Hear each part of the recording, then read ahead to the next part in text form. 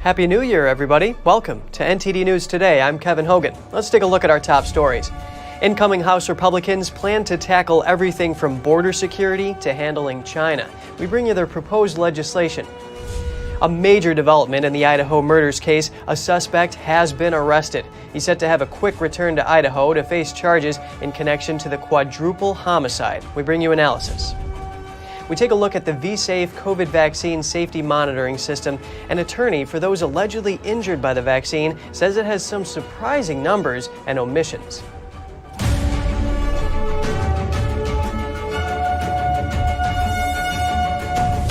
We have an update on the brutal murders of 4 University of Idaho students. A graduate student at Washington State University named Brian Koberger was arrested in his home state of Pennsylvania on Friday. We hear from a law enforcement veteran for analysis on the prosecution that lies ahead and the investigation that led to his arrest. Joining us now to discuss is Mark Ruskin, a retired FBI special agent and former assistant district attorney in Brooklyn, New York. Great having you back on the show, Mark. Thanks for having me, Kevin, and Happy New Year to you. Yes, you as well. The 28-year-old male suspect of the Idaho college murders has waived his extradition hearing, according to his lawyer. This will speed up his return to Idaho, where he faces 4 counts of first-degree murder. Can you outline what the prosecution and defense have to do at this point? Well, at this point, the first step is going to be to transport him jurisdictionally, legally into back to Idaho. Through the process. He's waiving extradition, so it's going to be fairly expeditious. So he'll be transferred back to Moscow, Idaho, where he will no doubt be indicted on the 4 charges of first-degree murder involving aggravating circumstances, as there are in this case. Obviously, he's presumed innocent until proven guilty, but the fact that there's more than one murder, multiple murders in and of itself is an aggravating circumstances. Also, the particularly heinous acts, and here also with the knife utilization of extreme violence, that also could justify first-degree murder. So that would not be a difficult threshold to reach, I believe, in this case. There's definitely extreme violence in this case. Sources told Fox News that authorities used DNA evidence to track the suspect in his vehicle. Moscow police were criticized for how long it took investigators to locate a person of interest. It was about a month and a half. Can you comment on the time frame here and any difficulties investigators may face along the way? I would think there would have been a great number of difficulties, including identifying a suspect at the outset. So better to take the case and handle it in a very meticulous and careful manner and come up with a strong, bulletproof case than to rush to judgment. And in the old days, perhaps sometimes that would happen with, some local agencies or even federal agencies, is to try and find anybody. But here you want to find the right person and go through the reams and tons of data which may have been needed to be examined to identify the vehicle and identify the suspect. Sooner is definitely better, but being correct is very important. Now, the suspect was wearing a suicide prevention vest. They're supposed to ensure warmth and comfort while not being able to be turned into a weapon or something used for self-strangulation. Can you comment on this? Well, in this case, clearly the authorities are going to err on the side of caution. So better to have a live suspect, whether or not he ends up being the correct individual who committed these acts, than to have a dead one on one's hands and a lot of criticism. So I think they were just erring on the side of caution here. And Mark, what do you think of how this whole case is playing out as a whole, and what should the American people be looking for? I've seen that the apparently FBI special operations teams were surveying the home of the suspect for days prior to the arrest. So there's been a lot, and a lot is going to come out here in terms of how he was ultimately tracked down. What is his state of mind?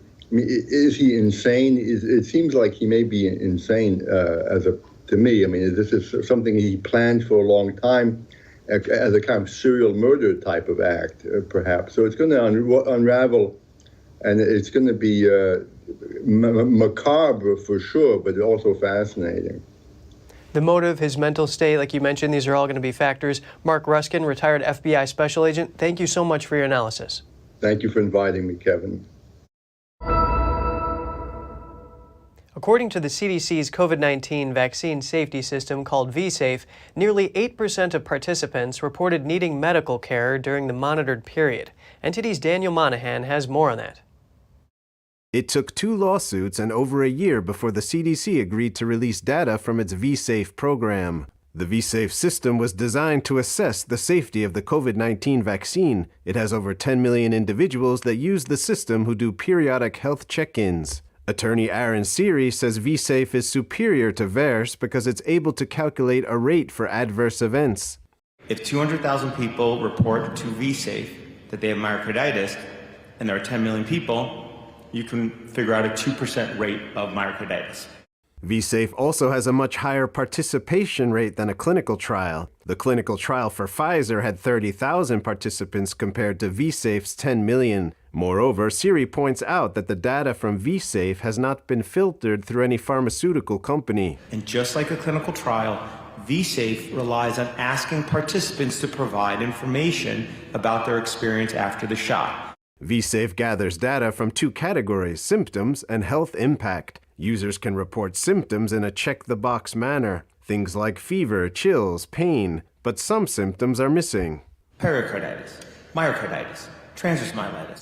So why the omission? One could theorize that the CDC didn't know that the vaccine could cause these issues when it rolled out vSafe in December 2020. But that's not the case. In October 2020, the CDC gave a presentation where it lists adverse events of special interest. That list included pericarditis, myocarditis, transverse myelitis, and seizures. But the CDC did not include these items which it knew were of special interest. The second vSafe category is health impact. Users reported data every week for the first 6 weeks, and then at week 12, 24, and 52. The check-the-box options included being unable to work or unable to do normal daily activities, and whether health care was required. Seary sees one of vSafe's biggest faults here.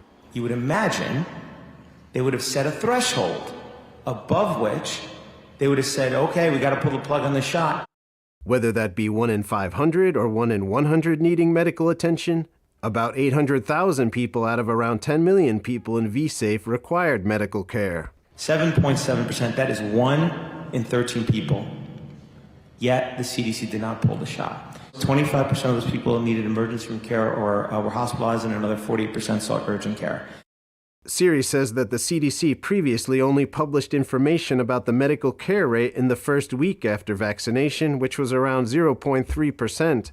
Meanwhile, the backlog of claims by people who allege they've been injured from the COVID-19 vaccine rose from 2,300 a year ago to now more than 7,500. The CDC maintains that COVID-19 vaccines are safe and effective. The vSafe data was collected for up to a year after vaccination. The reported health issues may or may not have been the result of the COVID vaccination. Daniel Monahan, NTD News.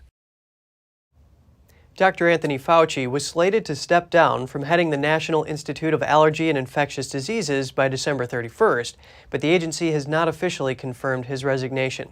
Earlier this year, both Fauci and the agency said that he would be stepping down from his federal positions.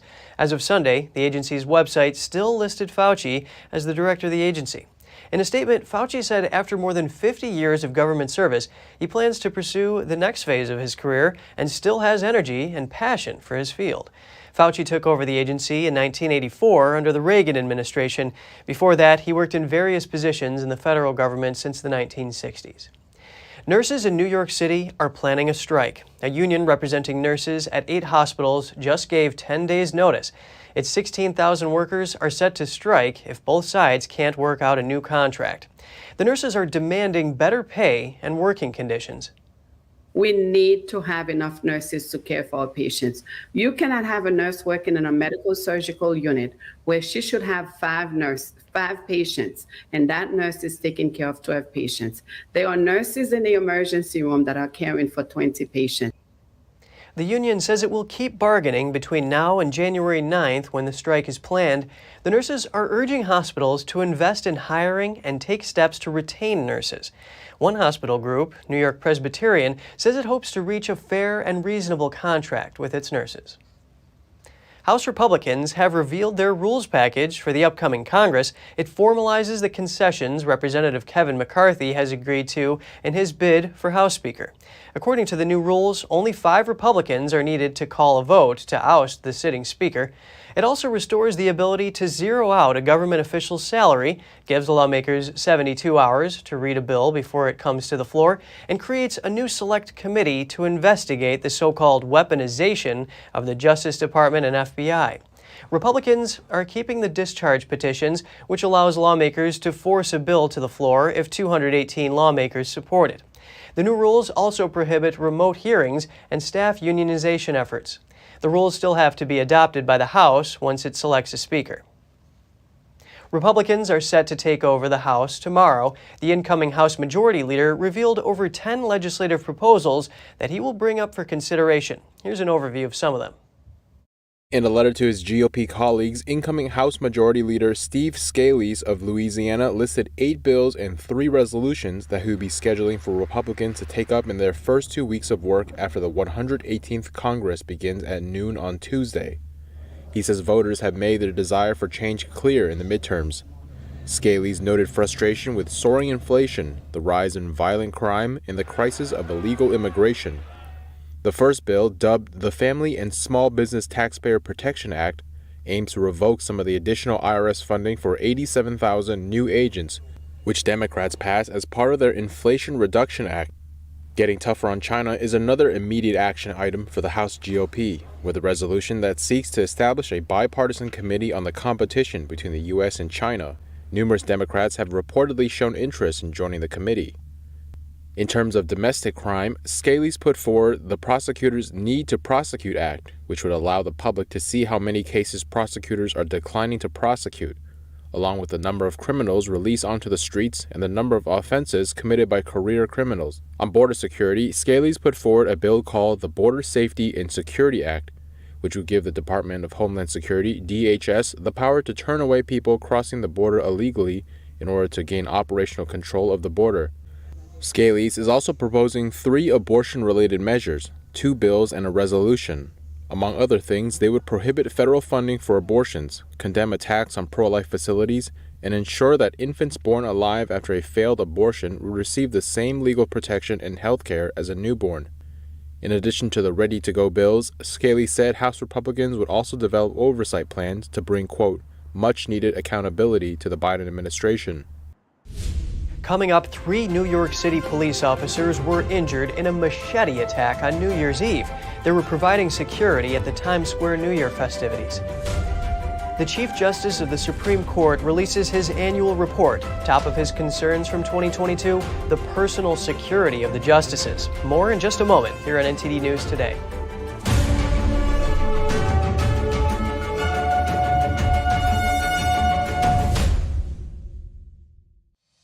We're entering an unprecedented period of economic turmoil. The economy is unstable, our government is in shambles, and the global war on energy has created a domestic crisis. Americans need a way to protect their financial future. One way to ensure your wealth in retirement is by purchasing physical gold and silver. We can help. You can roll any part of your retirement account into a gold or silver IRA. Better yet, you can open a gold or silver IRA in 5 minutes or less using our online application. Preserving your family's financial legacy is a choice that's always available to you. And when you're ready, we're here to help. Call us and speak to one of our IRA professionals. Let's build your financial legacy together. GSI Exchange, wealth for generations to come.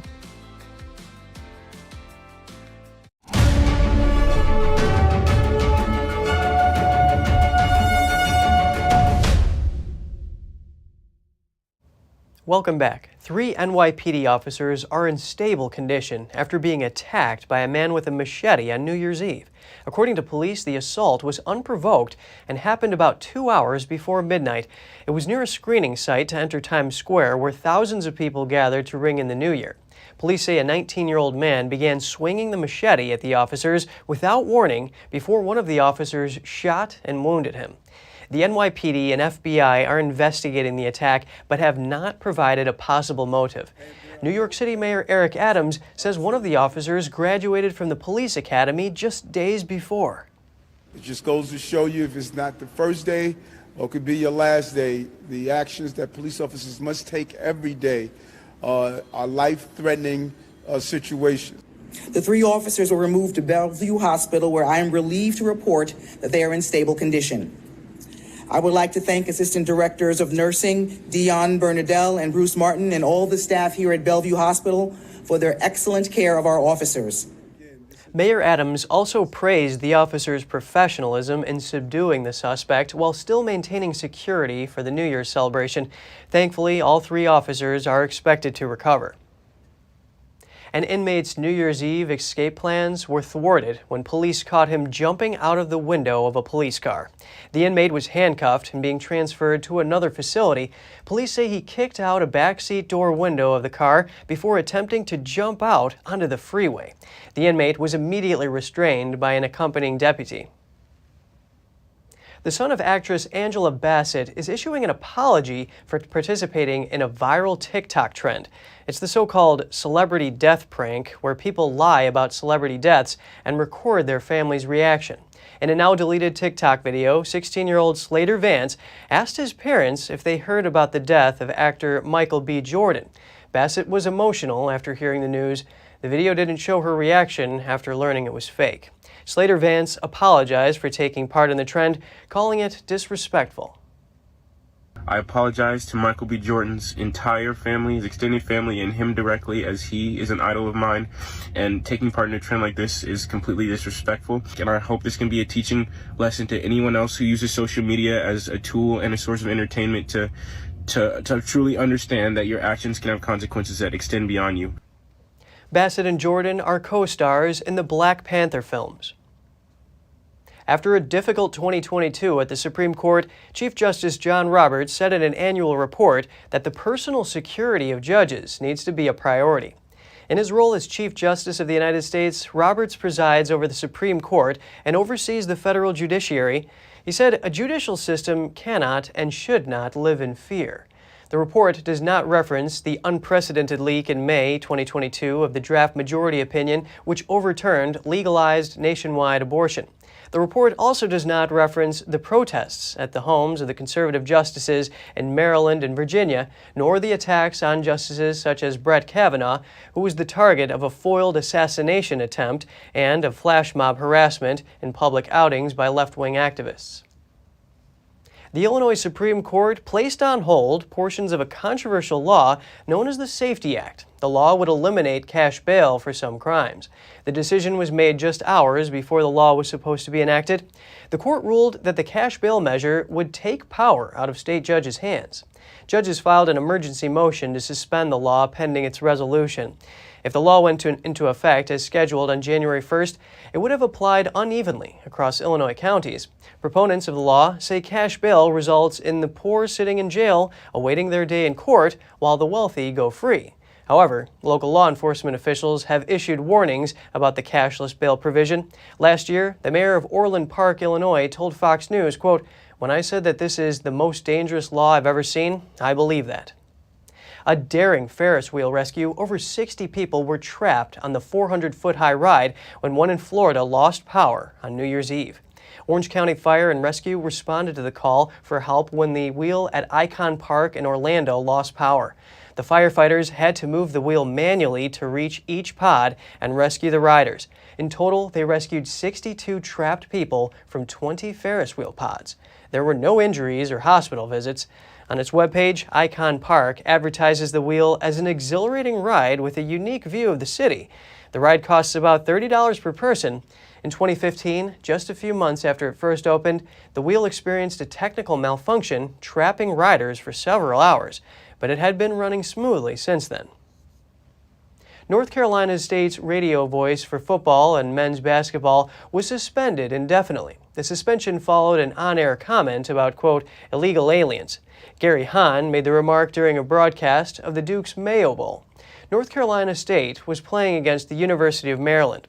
Hahn was giving a score update for the El Paso, Texas Sun Bowl game taking place on the same day when he said, quote, in the Sun Bowl and amongst all the illegal aliens down in El Paso, it's UCLA 14 and Pittsburgh 6. Hahn has served in his broadcasting roles at North Carolina State since 1991 and was named the North Carolina Sportscaster of the Year in 2011 and 2020. An armed attack broke out at the prison in the northern Mexican border city of Juarez. At least 14 people died. That's according to Mexican authorities. Among those who died in the attack were 10 security personnel and 4 inmates. 13 others were hurt, and over 20 inmates escaped, according to a statement by the Chihuahua State Prosecutor. It was not immediately clear who carried out the attack. According to witness reports, the attackers wore black outfits and were better armed than the police. Initial investigations found the attackers arrived at the prison in armored vehicles at around 7 a.m. local time. Minutes earlier, authorities had reported a nearby attack against municipal police. After a chase, 4 men were captured and a truck was seized. In a different part of the city, 2 more drivers died in an armed conflict later in the day. It's unclear whether the 3 incidents were related. And just ahead, a California dance instructor found a unique way to celebrate the new year. She brought 11 family members together to see an inspiring performance. A winter dive, a long-distance run, people around the world mark the first day of 2023 in their own ways. We'll have the details soon when we return.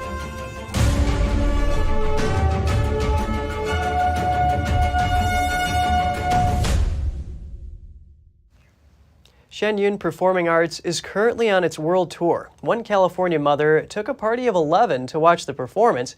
This is what the family of entrepreneurs said. Shireen Maynard's family watched Shen Yun Performing Arts on December 30th as a Christmas present. It was so inspiring and so breathtaking. At the same time, as I'm watching, I just could not believe not only the technique, the form, the unison that they have, but the spirit in it. Like, I could just feel the spirit in it so strong. And that was so moving to me, because obviously as a dance instructor trying to bring a group together and have them in unison like that, and just seeing what this group has pulled off is amazing. They drove from the Northern California city of Winters to the Center for Performing Arts in San Jose. The mother of 4, also a dance instructor, treated the entire family. This was our Christmas present. We brought all of our family here for their present to be able to come and see this inspiration, because it's a lost art. But it's not lost because you guys are here, and it was just so amazing. Shen Yun's mission is to revive 5,000 years of traditional culture.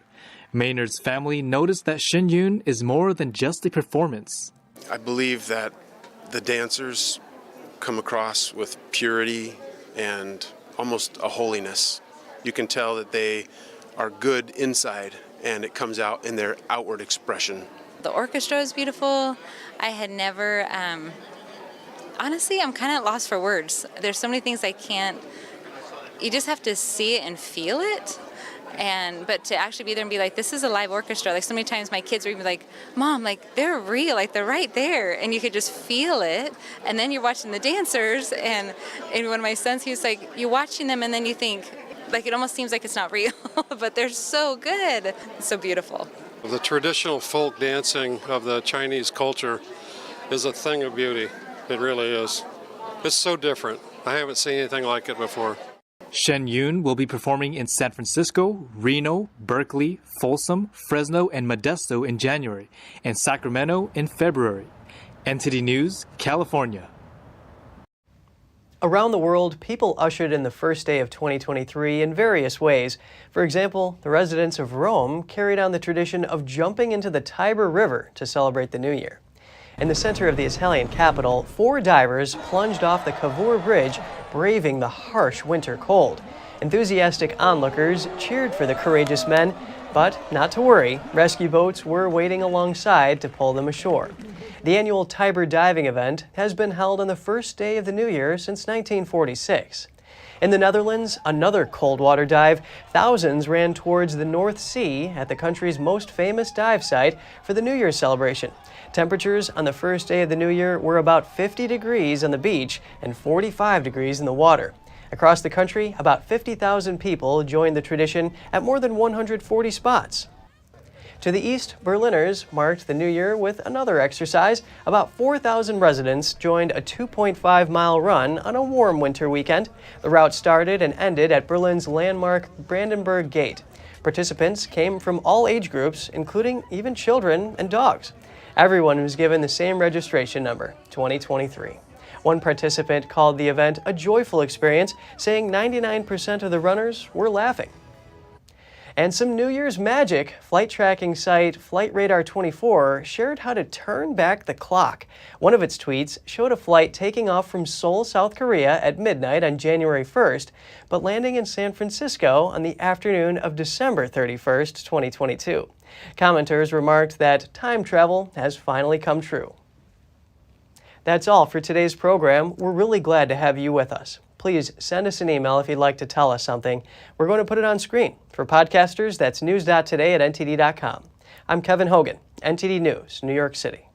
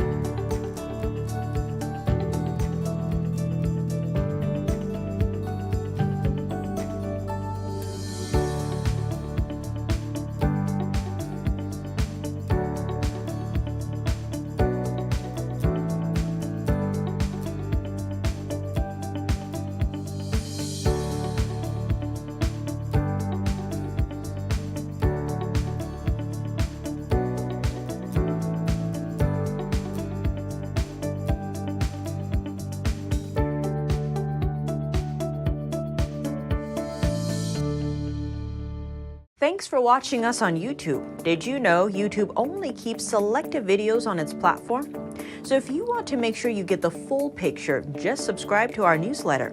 Go to newsletter.ntd.com and sign up. It's free.